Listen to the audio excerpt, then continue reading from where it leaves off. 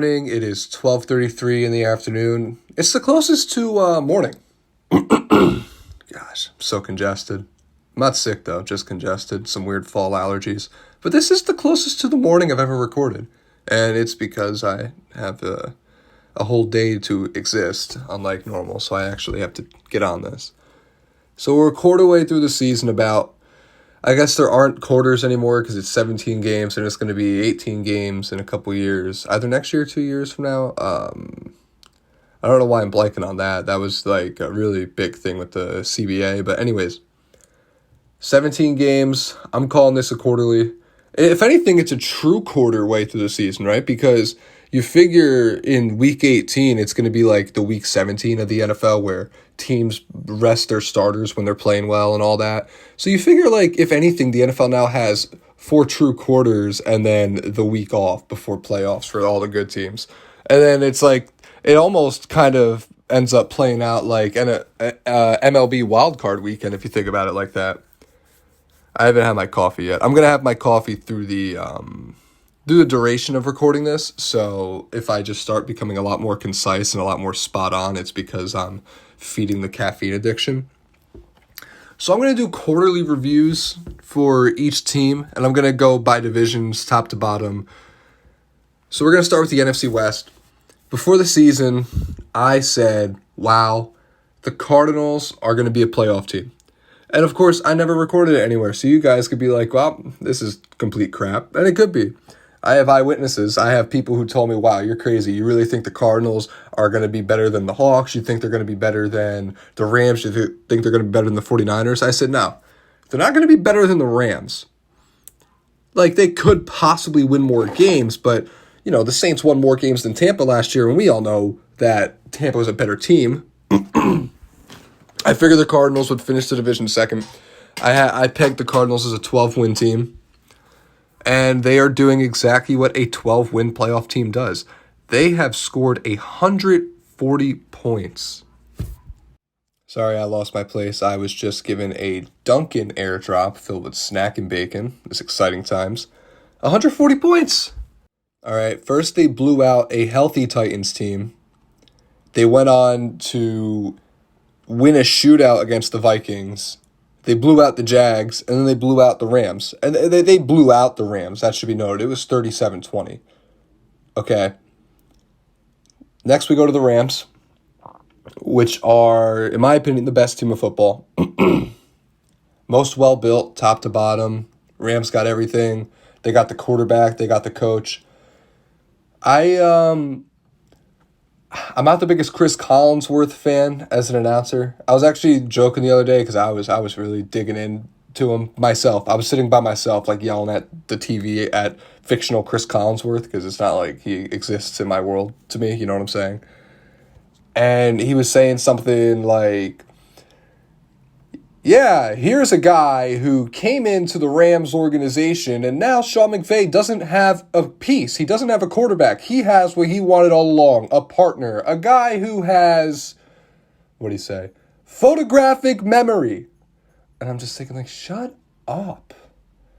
It's just the way he talks. I feel bad. I would feel so bad if I, like, somehow, some way cross paths with him and he's, like, the nicest guy in the world. I'd be like, wow. I'd be, like, crying. Like, all these years of Chris Collinsworth slander and he's a nice guy. He probably is. But the Rams are just so well built. Top to bottom, front to back, offense and defense. Who the hell thought Cooper Kupp was going to be this good? Cooper Kupp is scoring 27 fantasy points a week. Cooper Kupp in 4 games has like 400 plus receiving yards and I think 3 touchdowns.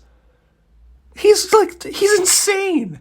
Cooper Kupp's been playing out of his mind. And all it took was a quarterback who doesn't miss him 20% of the time. Holy crap, who would have thought? All right, the Seahawks are actually on pace to be worse than I thought. A, because their defense has given up 100 points and they've scored 103. But, like, the Seahawks are normally the team that's really good at the beginning of the year and then falls off as Russell Wilson wanes. Like, every year in the NFL, And this is kind of funny. Go back each of the last like 4 or 5 years. Here's what happens in the league. The first 4 weeks, Russell Wilson is a MVP candidate. Okay? In the first 4 weeks, Josh Gordon gets reinstated before he ends up getting resuspended by week 10. In the first 4 weeks, Will Fuller is already hurt and out for an indefinite amount of time. Okay? The NFL is playing itself on replay. They need to reset this simulation. Every break is a sanity break and a sip of coffee. I drink it black. This is just dark roast, extra dark brewed black coffee. It tastes like a void. It tastes like actual bean water, but gets me going. Very healthy. Very healthy. Lastly, the 49ers. They are exactly where I think everybody expected them to be. Well, no, I can't say that. Some people thought the 49ers were going to be like killing people for the division. You don't lose as many people as they did to injury and then just come in and start killing people. All right, I got to stop moving in this chair. If you hear creaking, it's because I'm like fidgeting in this chair and it's not built for a 210-pound person to be moving around like this. But the 49ers, Garoppolo's already hurt. They've already got numerous other injuries. They're already playing. They're already being forced to play their backup quarterback. Granted, this is probably the best backup quarterback Kyle Shanahan's had because he's better than Garoppolo. I got to talk about that for a second. You all remember when Brady was on that LeBron HBO barbershop show or whatever barbershop show, but LeBron was there, and he was like, "Really? You're sticking with that mother effer?" And we found out that he wanted to retire with the 49ers this week. So that mother effer was Jimmy Garoppolo. I know that had to have hurt Brady a little bit. Okay, first off, Belichick was trying to get rid of him since 2017 for Garoppolo. They traded him in 2018. I think, unless like COVID's messed up my clock and that was in 2019, I'm pretty sure they traded him at like the end of 2017 or early 2018 season. Anyways, Belichick wanted to move off Brady for Garoppolo. And then the team which Brady wanted to play for and retire for, the team he grew up being a fan of, doesn't want him because they want Garoppolo. You're sticking with that mother effer? And look what's happened to both franchises since they decided to give up on Tom Brady. All right. Okay, the Patriots are in good hands because Mac Jones just fell to them. The Mac Jones went from being the most overhyped to the most underhyped quarterback in that draft in about an hour. As soon as he got past 11, as soon as Fields was taken, and he wasn't traded up for because Fields is more upside, it was like, wow, okay, guys, can somebody just take Mac Jones? Is getting sad. I don't want to end up seeing like an Aaron Rodgers graphic in 10 years from now, like the 6 guys taken ahead of me in the first round. You know, like just take the kid. He's a good football player. He's better than Tua, and you just took Tua, 3rd overall last year, 4th overall? I think 3rd. I think Herbert was 5th. I think that was an odd number sort of draft, right? Anyways, you know what I'm saying. So yeah, that's crazy that mother effer is Jimmy Garoppolo, and it's always been Jimmy Garoppolo. And my favorite comparison between Tom Brady and Jimmy Garoppolo is that people talk about their looks a lot, right? I mean, I understand. I don't know, this is a weird comment. I understand. But it's just odd that like announcers will be like, oh yeah, Brady, the GQ quarterback, and Jimmy Garoppolo, he looks like a model. He looks like an actor who plays a football player. Like, okay, thank you for letting me know you feel that way. He's a good-looking dude, I'll be honest. They're both good-looking guys. But Brady ends up winning. Garoppolo dates the model. Brady marries the model. Garoppolo gets to the Super Bowl. Brady wins it like 6-7 times, maybe more. So, yeah. The state of the Tom Brady-Garoppolo feud is kind of funny. Poor Garoppolo never asked to have to be constantly half a step back from Tom Brady. And I don't think anybody talks about it or thinks about it, but I just have a weird feeling we're going to see like an ESPN 30 for 30 in 20 years. Like the 2 GQ quarterbacks, Gucci Garrop and GQ Brady. I could talk ad nauseum about dumb stuff like that. It's so stupid, but it's kind of fun to talk about. NFC North, This division is not even worth taking a second to talk about. The Packers have been the exact same team every year that Matt LaFleur has been there. Every year Matt LaFleur has been their head coach. They have been the same team, and I love it. I love the consistency. I love the fact that Aaron Rodgers always craps the bed once in the first 4 games, and then is an MVP candidate the rest of the year. I love the fact that they're always embroiled in trade drama. I love the fact that they're always one corner short of having a good defense, which I should have recorded this later, but I don't have time. If Stephon Gilmore hits free agency at 4 o'clock, because he's being released right now, but he doesn't technically become a free agent until 4 o'clock, if the Packers just buy into this sort of last dance stupid mindset and they win a Super Bowl by getting Stephon Gilmore, look, if Kevin King wasn't their corner too, they're beating Tampa last year. Dude was getting bullied on the side. It was kind of like watching Richard Sherman get bullied in the first half on Sunday night. But yeah, Packers are gonna be they're gonna have another 13-win season. The Bears, I'm shocked the Bears are 2-2 because in their 2 wins they played great competitive football, and their 2 losses they played like crap. They played bad football. I used to like Matt Nagy for the same reason the announcers talk about Matt Nagy. Oh, look at the trick play. It's like 4-yard gain. Whoa, look at the way Cohen came out of the backfield. Oh, he's going down the field. It ends up like being a fumble. It's funny because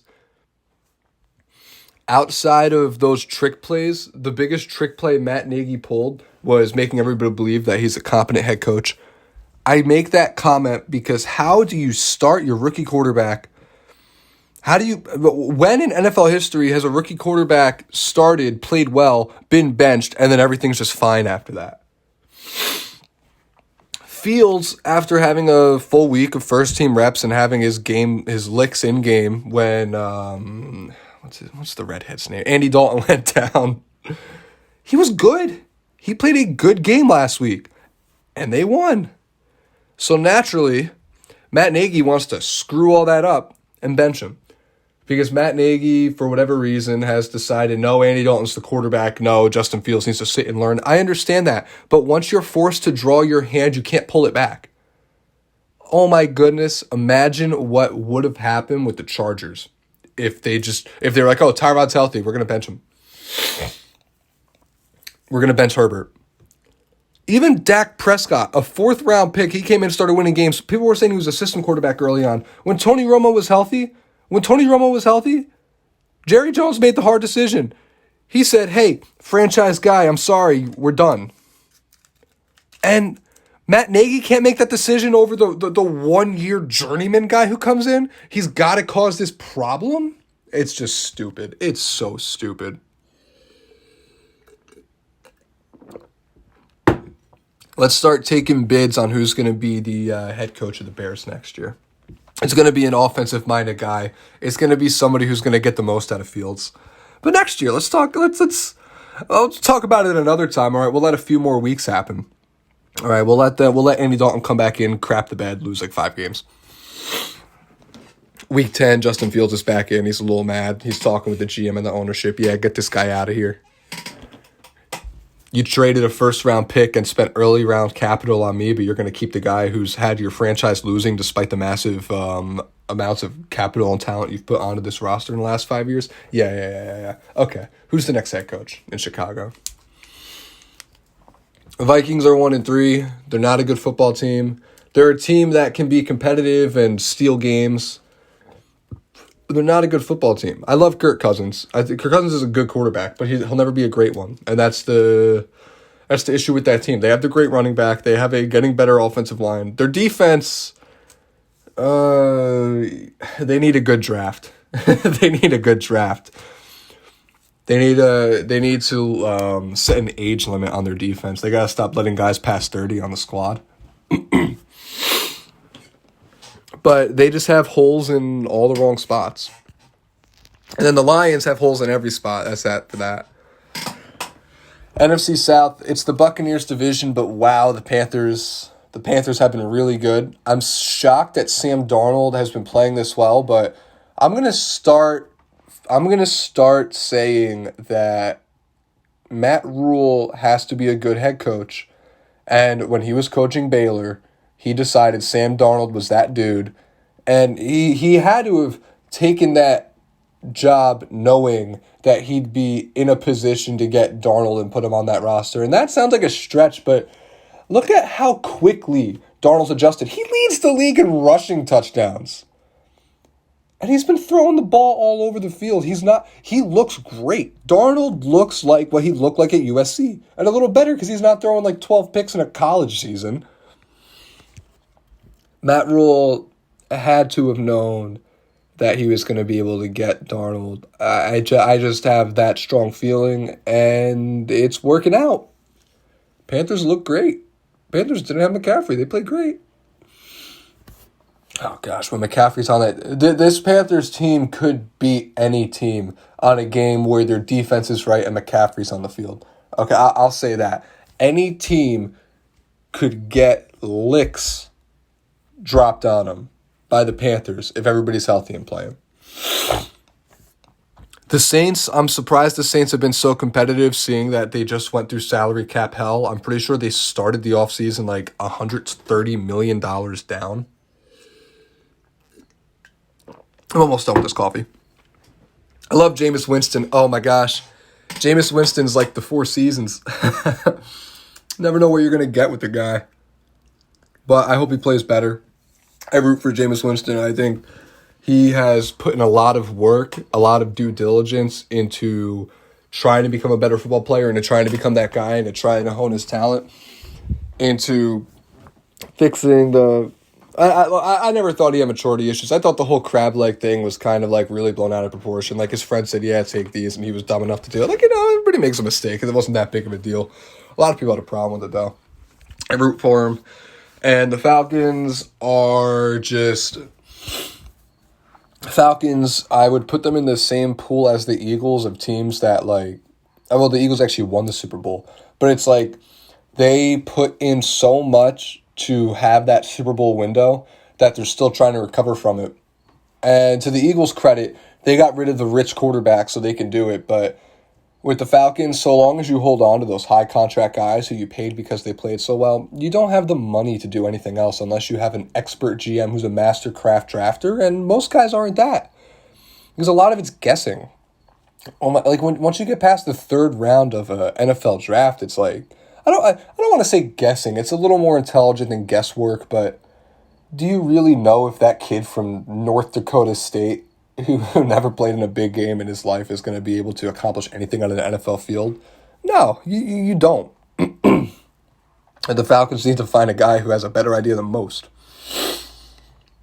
My favorite division, the NFC East, the Cowboys are going to run away with it. I'm scared they're going to get Stephon Gilmore because that would be a typical Jerry Jones move, and if they do that, they have a Super Bowl window.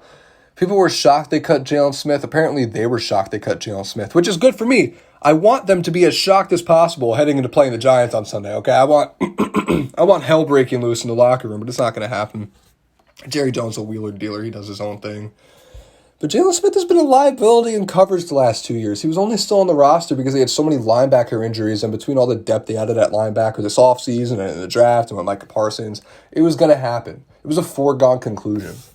Not to mention, he also gets hurt a lot. Washington is a good football team. I love Heineke Light. Heineke Light is a good quarterback.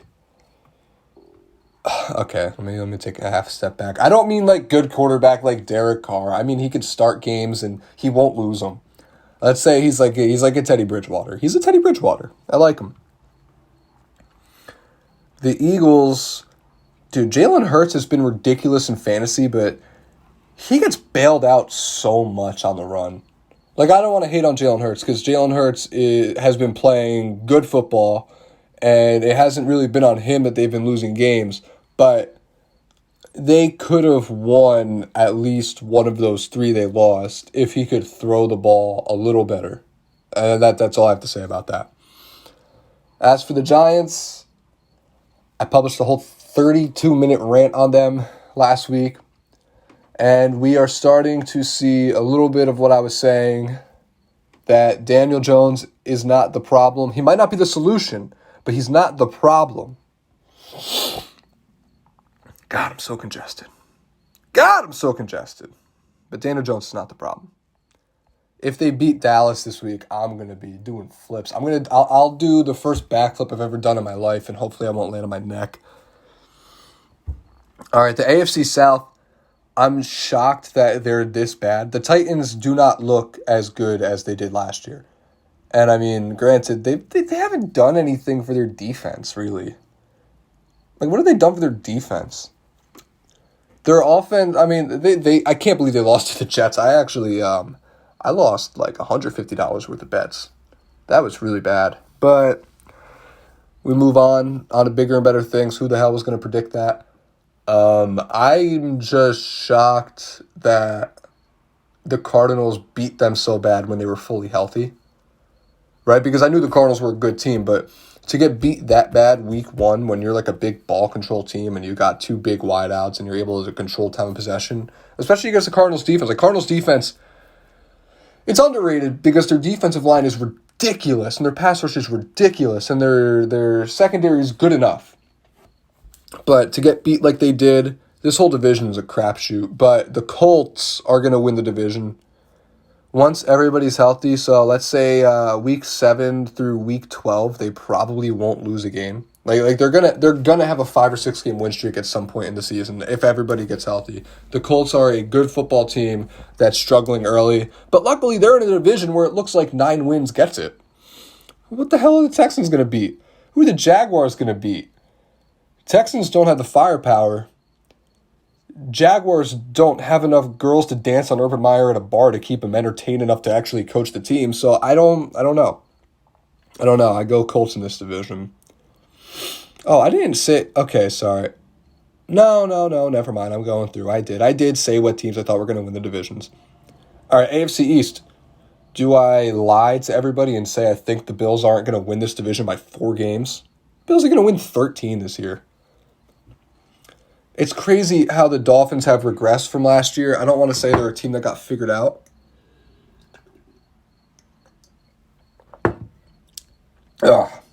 Real quick. You know when coffee starts getting cold, but it's like a dark roast, so it makes you want to like throw up when you drink it? Yeah. The Dolphins, they didn't add enough talent to keep up their momentum from last year. And without Ryan Fitzpatrick, like if Tua started all those games, they were a 6-win team. And now that Tua's out and they're stuck with a lower quality quarterback, and this is no hate on Tua. Okay, Tua had no offseason. Tua was coming back from a serious injury. No hate on Tua. This team with Tua healthy would probably win 7 or 8 this year. And they still can. It's early. We're at the quarter. We're the first quarter done, all right? You know how many games start off 0-0 in the first quarter and then end up hitting a betting over? More than you'd think. It just takes one 21-point quarter. Same thing. The Dolphins are a team that I could see when everybody's healthy getting hot. And if Tua starts bombing the ball, Will Fuller and Jeremy Waddle and Devontae Parker over the tops of everybody... Yeah, it could be a fun team to watch. And quick thought, to go back to the Bills, they've shut out 2 teams this year.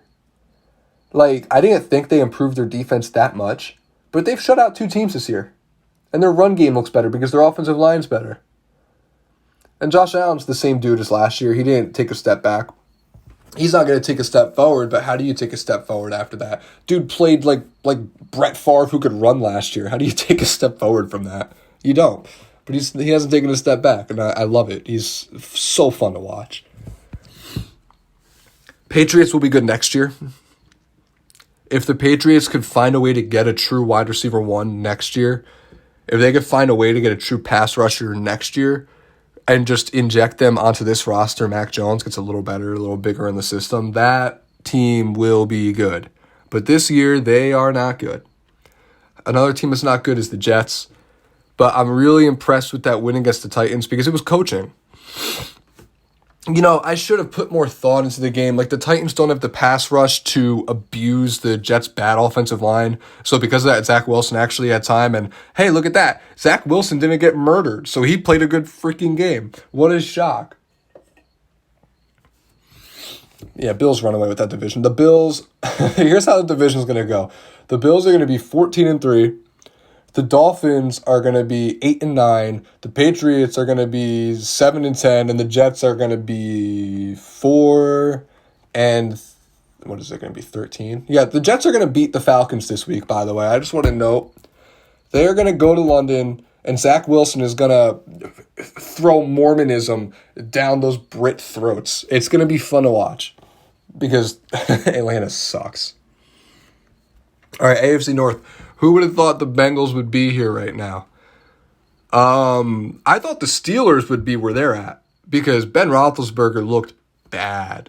My friend who's a Steelers fan, I was telling him all offseason, I was like, the fact that you guys have a good enough to win now roster, but you're going to let it all go to give Ben Roethlisberger a Kobe tier goodbye tour, like, you guys are just naive. You guys are crazy, but shoot, why not, right? Whatever you want. I love Joe Burrow. Like, I have a little man crush on Joe Burrow. He's such a cool guy. He really is. He's a great football player too. And he just has everything. He has a confidence which, like, most professional athletes don't have. And he carries it with humility, and he carries it and presents it in a way which is likable and appreciable. Okay, and he looks like an NFL quarterback. He does. Like, you look at Joe. If I bumped into Joe Burrow in, like, a Target, I would be like, and I never saw him before, I'd be like, hey, do you play professional sports? Do you pitch? Do you play quarterback? Like, it would be one of those two. He looks like one, but he talks like a successful one. When at the post-game presser for the Jacksonville game, when they came back with that 24 unanswered points because Jacksonville can't close out. Jacksonville can barely start, let alone close out. And the Bengals only didn't drop 40 on them because the first half they were self-inflicting wounds. But Joe Burrow said, this team last year could not win, and I'm glad that the guys have got together and the coaches got together this year so we can put together a good product on the field for our fans and for ourselves, and we can win games. I love that. I do. Joe Burrow's that dude. But the Ravens are going to run away with this division because the Ravens, despite losing their second-best corner and every possible running back they could have lost, Lamar Jackson's playing better football than he ever has, and he was an MVP. Okay? That's all I got to say. Lamar Jackson is single-handedly putting the Ravens flock on his back, and he's flying. He's flying, okay? This team finds ways to win games. Good teams find ways to win. Good teams find ways to win. That's all I got to say. 66-yard field goal. Oh, my gosh. The Browns are 3-1, and not to sound like Colin Cowherd, but Baker Mayfield is what holds this team back because they're top 10 at every position. Painfully top 10 at every position except for quarterback. And I don't know. That's all I have to say. Steelers suck. All right, last division. Let's go. Let's get some energy. Come on. Wow.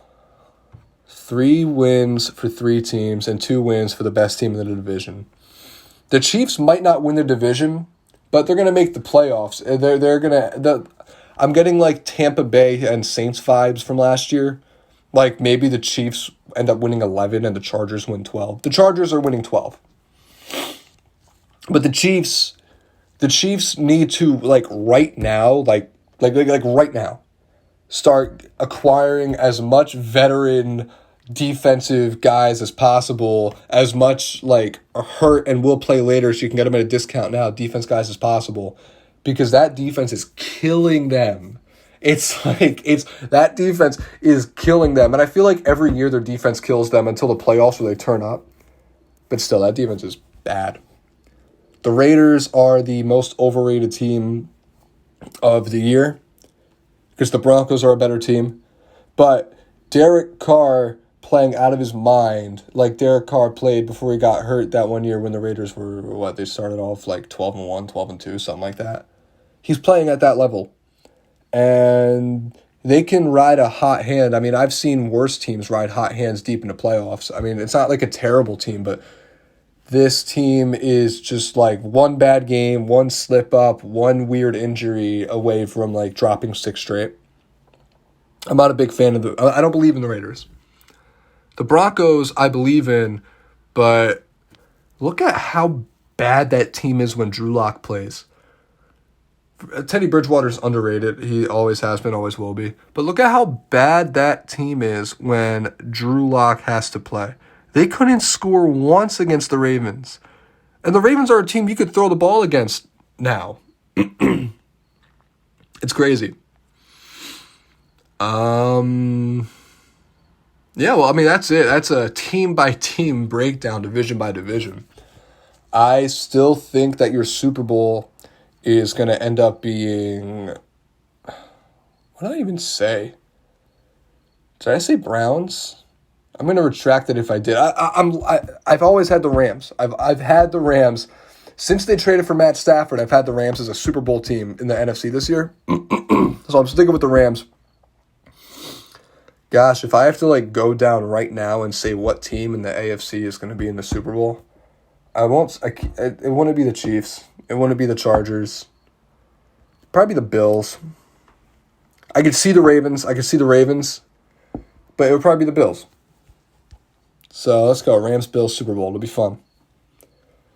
And if you want me to give a dark horse sort of Super Bowl, we finally get Aaron Rodgers back there for the last dance. That would be such a Mickey Mouse Super Bowl if Aaron Rodgers and Devontae Adams post their last dance crap.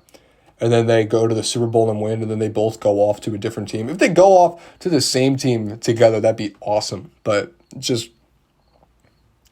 it would be so, I would be questioning if football's a little rigged at that point if the Packers win the Super Bowl. I really will. I mean, I don't think it is, obviously, but, Yeah, it just about wraps it up. I'm not at all invested in fantasy this week. I am not going to be able to watch any of the games. I only have one bet. The only bet I have going is a three-legger on Thursday. Under 54.5, Rams win, and the Rams score over 20.5. That's the only interaction with football I'm having this weekend. I might not even be able to watch any of the games. Legitimately won't. But I'll be having fun. Don't worry about me. Hopefully my congestion clears up. It's got to be allergies. I should just take Zysol for 2 days and stop being a... Yeah, anyways. Take care. Have fun. Hopefully I can have this posted within 20 minutes. If this isn't on YouTube by 1:30, life doesn't like me. Take care. Have a good weekend. And if the Giants win, it's going to be a really good week for me. So let's hope that happens. Let's manifest that. Giants win. All right. Take care.